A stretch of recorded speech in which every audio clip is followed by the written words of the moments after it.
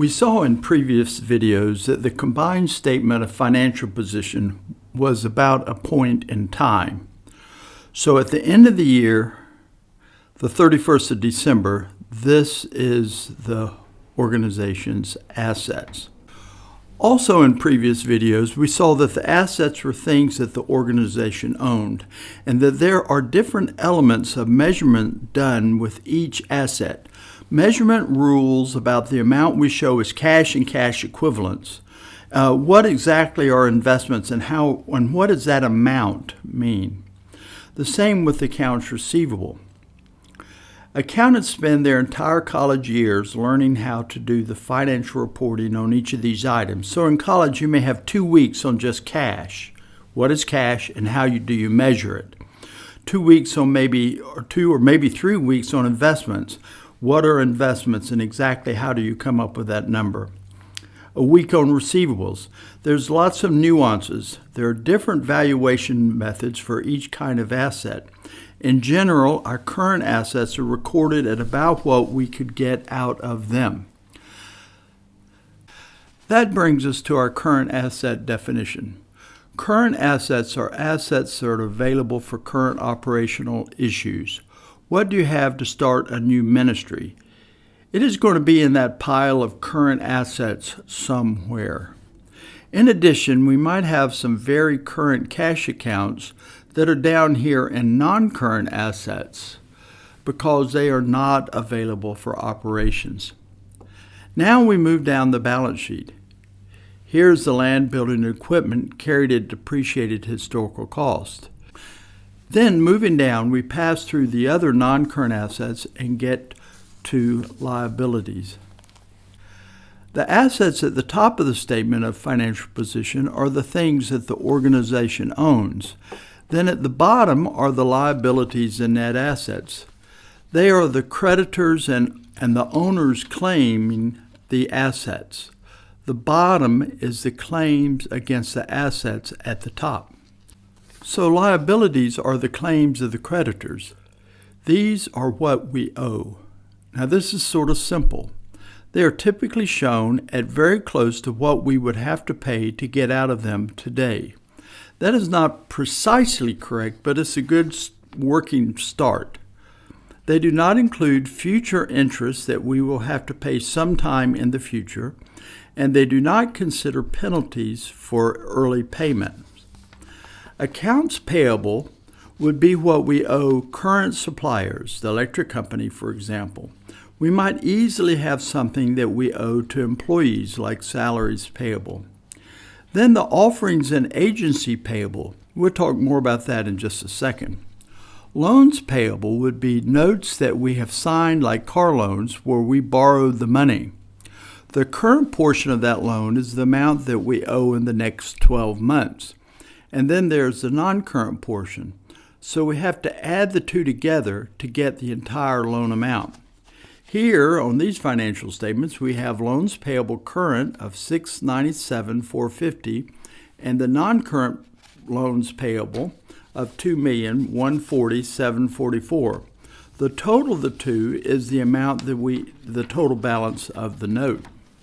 Liabilities are fairly simple. We all have them. One point is to make sure that we do not get confused. These are debts that we owe. These are not expenses such as my electric bill. If I've paid my electric bill, I do not have a liability. If I have not paid it, I have a liability. If I have borrowed money to buy a conference vehicle, I have a liability for what I owe the bank. But if I have to pay the insurance company every month, that monthly bill is also a liability after it is due if I haven't paid it. But if I have paid it, it is not a liability. Don't get liabilities confused with my monthly bills. Not all debts are created equal.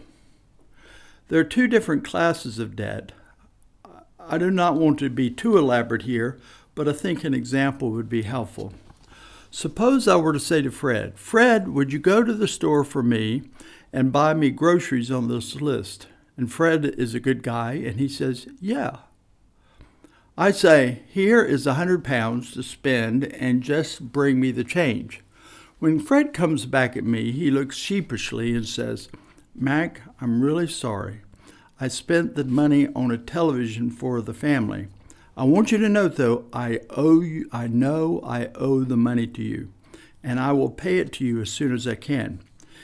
It is true that Fred has a liability of £100.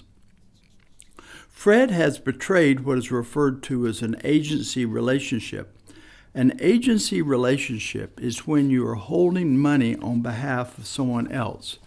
Fred was holding money on my behalf, and he was my agent. This is completely different than my dealings with Tom. Tom comes to me and says, "Mac, I'm a little short. Could I borrow £100? In this case, I'll look him over and decide whether he will pay me back or not. I decide he's okay, and I loan him £100. He, too, has a liability to me of £100. Now, both Fred and Tom both owe me £100, but you can see the substantial different circumstances. Fred has betrayed the agency relationship. He essentially swiped the money because against my will, and he owes me £100 he got as my agent. And Tom, to whom I'm with my eyes wide open, I loaned him £100. They both owe me £100, but substantially different circumstances. So the liabilities we owe as an agent are a higher level of trust than what we owe as a normal debtor. Misusing or withholding money I received as an agent is fraudulent, while not repaying your debts is simply bad. Let's apply this to a conference. In one case, it has borrowed $30,000 from the union. The union goes into that deal well knowing the financial condition of the conference. Not repaying this loan would be a betrayal of a promise, but it is not as serious as not paying money it collected as an agent. In the case where it has collected $30,000 a tithe, it owes $30,000 to the union, but it has collected it as an agent. Not repaying that money is a fraudulent, since it is basically, the conference would basically be strong-arming the money that belongs to the union. Both show up as $30,000 liability on the conference, but not repaying the agency debt is much more serious. Because of the closeness of Adventist organizations, agency relationships and agency liabilities are everywhere. The most obvious is tithe collected as agent by the local church and then held by the conference. But we also are passing around donations made by the GC, but due to a conference. Then there are global mission funds flowing through our union for a conference project, or a school holding a students' club's money, or a division appropriation for a university flowing through a union. All of those are agency relationships, and they have a different level of trust than a simple debt. I hope you see the difference. They are all liabilities that result from people trusting us. We want to make sure that we put special glitter glue highlighting our agency debts. This $7,200,452 is what we hold as a trusted agent, and we're betraying trust if we do not pay that onward. For that reason, we have segregated the cash that we owe and hold as agents. Look at cash held in agency. That way, we don't get the wrong impression that we have more cash than we actually have.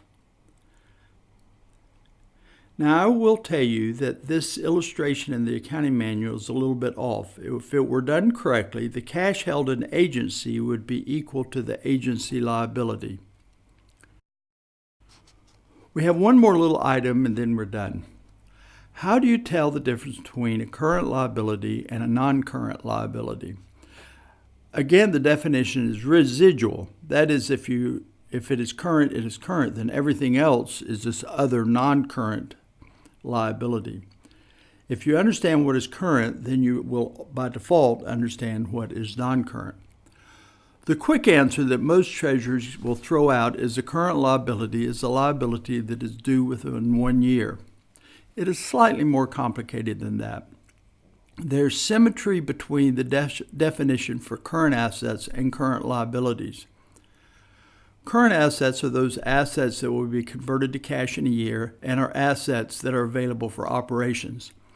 This last clause excluded cash and investments that were earmarked by the donors of the board for building and equipment. I know you've heard that definition about 10 times. The definition of current liabilities mirror the definition for current assets. They are debts that will be repaid in the next year out of current assets and operational resources.